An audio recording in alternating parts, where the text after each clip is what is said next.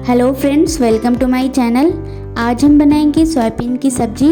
तो चलिए फटाफट से हम इसे बनाना स्टार्ट करते हैं।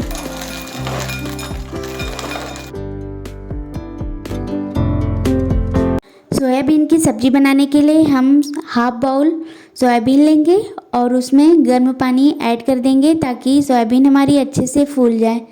गर्म पानी का मैं इसलिए यूज़ कर रही हूँ ताकि ये जल्दी से फूल जाएगी और सब्जियाँ हमारी जल्दी से बन के तैयार भी हो जाएंगी और टाइम भी बहुत कम लगेगा। आप चम्मच की हेल्प से इन सारी सोयाबीन को गर्म पानी में डिप कर दें और 15 से 20 मिनट के लिए हम इसे ढक कर रख देंगे और 15-20 मिनट बाद आप देखेंगे कि सोयाबीन हमारी अच्छे से फूल गई है। 20 मिनट बाद हम देखेंगे कि सोयाबीन हमारी अच्छे से फूल गई है।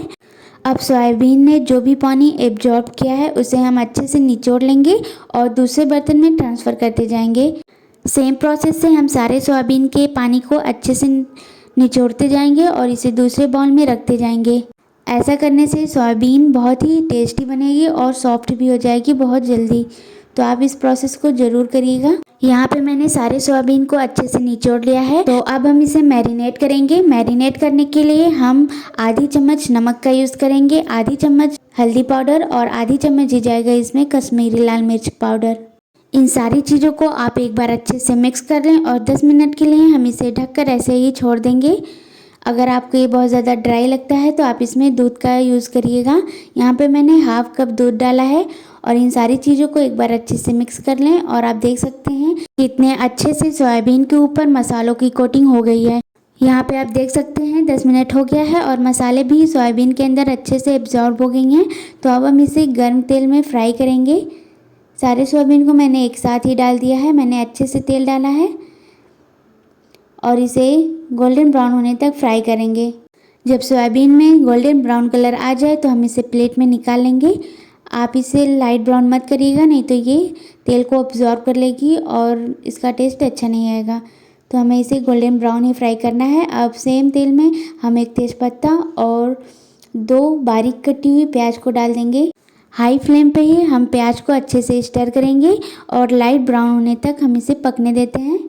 प्याज में जब लाइट ब्राउन कलर आ जाएगी तो हम इसमें 2 चम्मच अदरक लहसुन का पेस्ट डालेंगे और उसे भी अच्छे से भून लेंगे।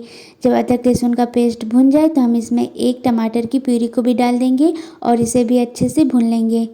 और जब टमाटर भी अच्छे से भुन जाए तो यहाँ पे मैंने 1 बाउल हरी मटर को लिया है। ये ऑप्शनल है पर इससे टेस्ट बहुत ही अच्छा आएगा और इस टाइम इसका मौसम है तो मैं इसे यूज़ कर ले रही हूँ। इन सारी चीज़ों को आप एक बार अच्छे से भून लें। जब मटर भी अच्छे से भुन जाएगा तो हम इसमें कुछ मसाले ऐड करेंगे। तो 1 चम्मच ज़ीरा पाउडर, आधी चम्मच धनिया, 1 चम्मच नमक, हल्दी पाउडर, आधी चम्मच लाल मिर्च पाउडर, 1 चम्मच काली मिर्च पाउडर, आधी छोटी चम्मच और गरम मसाला भी जाएगा इसमें आधी छोटी चम्मच। थोड़ा सा पानी डाल दें और इन सारी चीज़ों को एक बार अच्छे से मिक्स कर लें और फ्लेम को हम मीडियम कर देंगे और मसाला भुनने तक का वेट करेंगे ढककर, जब तक कि तेल मसालों से अलग ना हो जाए। और आप देख सकते हैं यहाँ पे मसाले अच्छे से भुन गई है और तेल भी मसालों से अलग हो गई है। तो इस स्टेज पे हम एक बार इसे अच्छे से स्टर कर लेंगे। स्टर करने के बाद हम इसमें 1 कप दूध डालेंगे और 2 कप पानी डाल देंगे। पानी की क्वांटिटी को आप थोड़ा ज़्यादा रखें क्योंकि जब हम इसे ग्रेवी में ऐड करेंगे तो सोयाबीन मसालों को एब्जॉर्ब करेगी।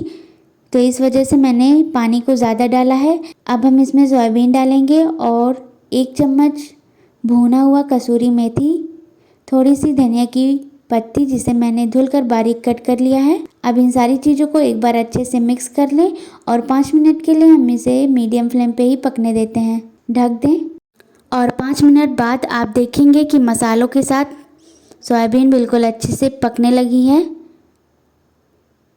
बस इसमें इतना ही पानी रहेगा। अब इस स्टेज पे हम फ्लेम को ऑफ करते हैं और आप इसे गर्मा गर्म सर्व करें। ये बहुत ही टेस्टी सब्जी बनके तैयार हुई है।